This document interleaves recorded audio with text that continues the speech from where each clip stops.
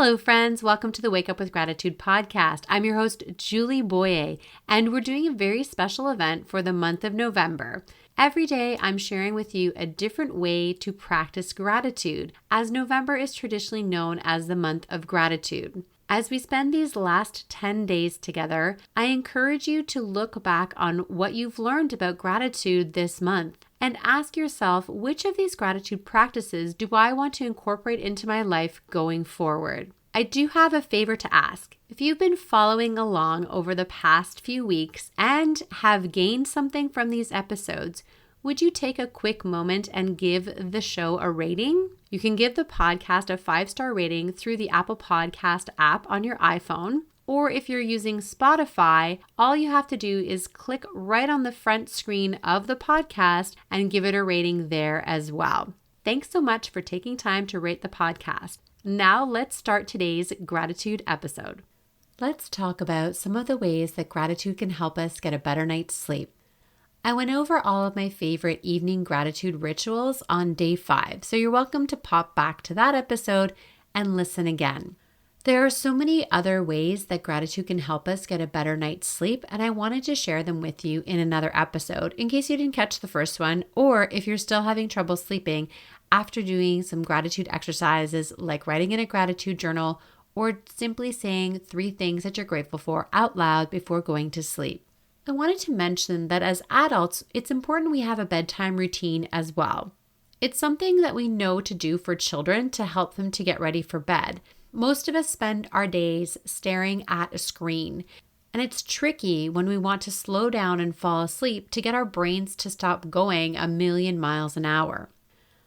One trick that I have is I set a bedtime alarm.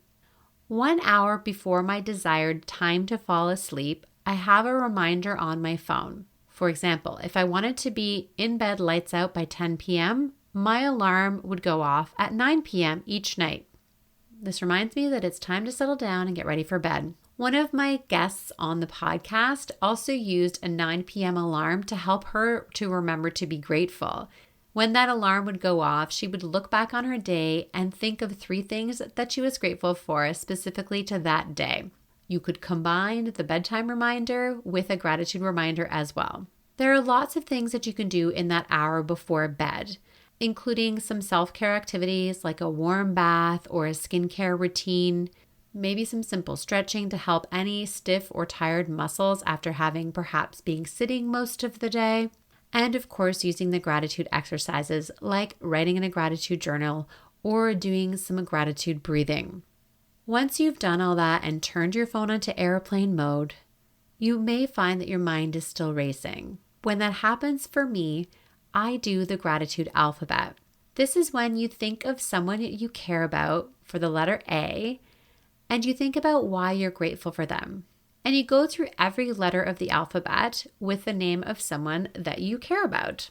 You can also use this to think about someone you may be having difficulties with or someone that's challenging in your life, looking for things about them to be grateful for. I promise you won't get much further past the letter F or G before falling asleep. And it's a lot more interesting than counting sheep. You can use this gratitude alphabet exercise with children as well who might be having trouble falling asleep, or perhaps they're having scary thoughts or have had a nightmare. This can be a really powerful way to switch your mind into a more peaceful state and be ready for sleep. Creating a bedtime routine that works for you is going to take some time. I promise you that it's worth it. And I know that your overall sleep quality will improve the more you incorporate gratitude practices into that hour before bedtime. And most of all, make sure that you're putting your phone on airplane mode and turning it off before you go to sleep. Your alarm will still go off even if your phone is off. Thanks, friends, and we'll see you tomorrow. This concludes today's gratitude practice. Thanks for joining me, and I hope you take a moment to implement something you've learned today. I have a favor to ask. Would you mind rating and reviewing this podcast? It doesn't matter which podcast app you're using. Every rating helps other people to find this podcast and help them make their decision when choosing which podcast to listen to. I appreciate your support, friends, and I'm excited I appreciate your support, friends, and thanks so much for taking the time to listen and rating the podcast. I'll be back tomorrow with another way to practice gratitude.